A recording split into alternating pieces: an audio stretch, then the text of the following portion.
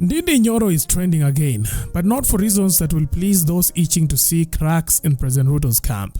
Wanajifanya hawataki Kasongo, lakini ni watu ya Kasongo na ni wheelbarrow ya. Hours ago, Rigathi Gachagua alleged that President William Ruto has planted political proxies in central Kenya, tasked with building a government-sponsored opposition party. The goal, Gachagua claims, is simple: split the central Kenya vote, weaken his own base, and hand Ruto a clear path back to State House in 2027. Tukaenda bila chama. Kufika kwa mtu akatuambia tushuke.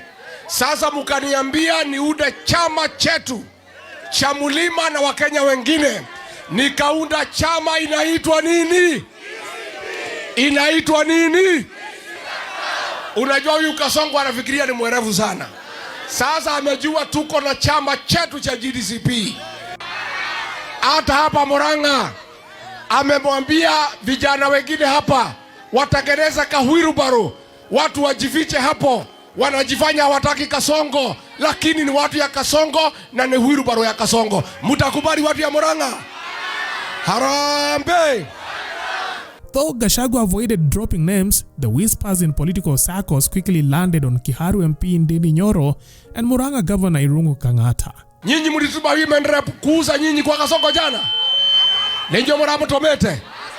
Since Gachagua's impeachment, the two have been conspicuously non-committal, neither fully marching with Ruto's empowerment tours nor joining Gachagua's fiery rallies.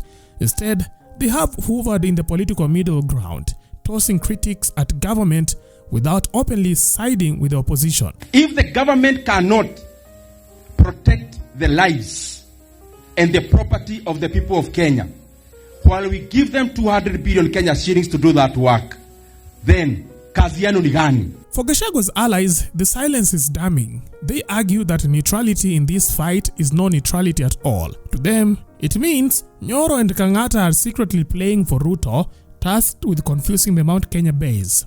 Watu wakule pesa ya Kasongo lakini wasiuze roho yao. Kasongo anyolewe pesa ile yote yako naye. Kasongo anyolewe asinyolewe. Kasongo anyolewe asinyolewe.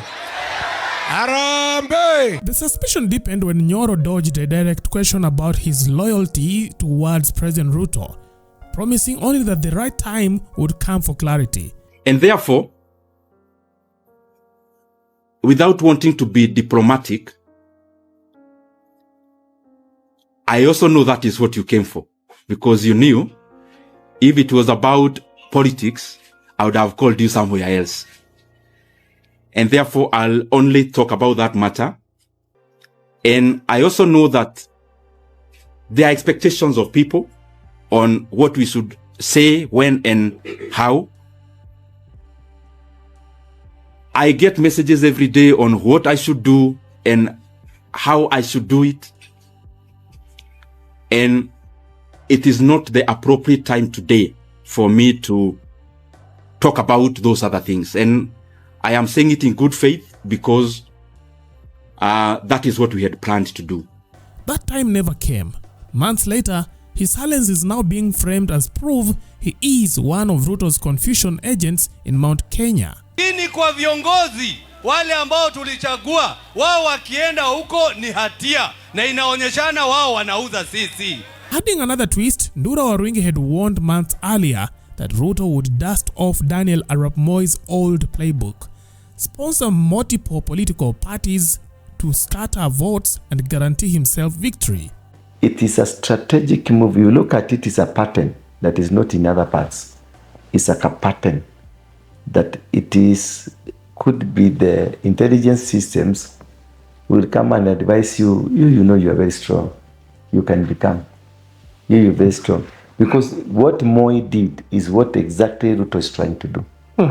Make sure they split any possible challenge, to split it into two. Anything that anybody who can come and rise, and they will sponsor you. They will send people around you with money to come and sponsor you and magnify you and become so strong. Now they know Kikuyu have Kisii they have 1 million votes. Maraga will take 500, Matiang'i will take 500, and the Ruto will take 100 from there. Anasonga mbele. He does in Kikuyu the same, anasonga mbele. He does in other areas, Mombasa coast the same, anasonga mbele. Whatever Ruto is doing is high notch, top notch politics. So eventually some of these presidential candidates would turn out to be projects. 90% of their projects. Including Ogiya Omutata. Ogiya Omutata is so rigid when it comes to law. You become a project without knowing. Aye. The government can make you a project. They have made me a project at one point without me knowing. When you were in Mungiki, what they did is that we got good friends who came to assist us. And these good friends was Jenga Karume, Geshoro, the Kenya Power guy, and the mighty men in the society came and embraced us. The late Gigi Karaoke, the late Kamodo, the late we were Remuru. The guy who was in Remuru was very vocal. These people became my friends. And they supported me and they told me, we have to fight this government. We have to bring it down. And you see, people who are telling you how to bring the government down, it's Sekina Kamodo. And I asked Kamodo one day, why do you want? Najua, you know what? We are this side, but our heart is there. We are taming this man for Kiku's not to die. So you go there, have this man and go there. Push kabisa. Kumbe, I am being made a project because I see Kamodo fighting Moi, and now I believe Kamodo is the right person. By the time we came to realize, we were in Kabarak, we were dining with Moi. And then press was called, and that was the end of us.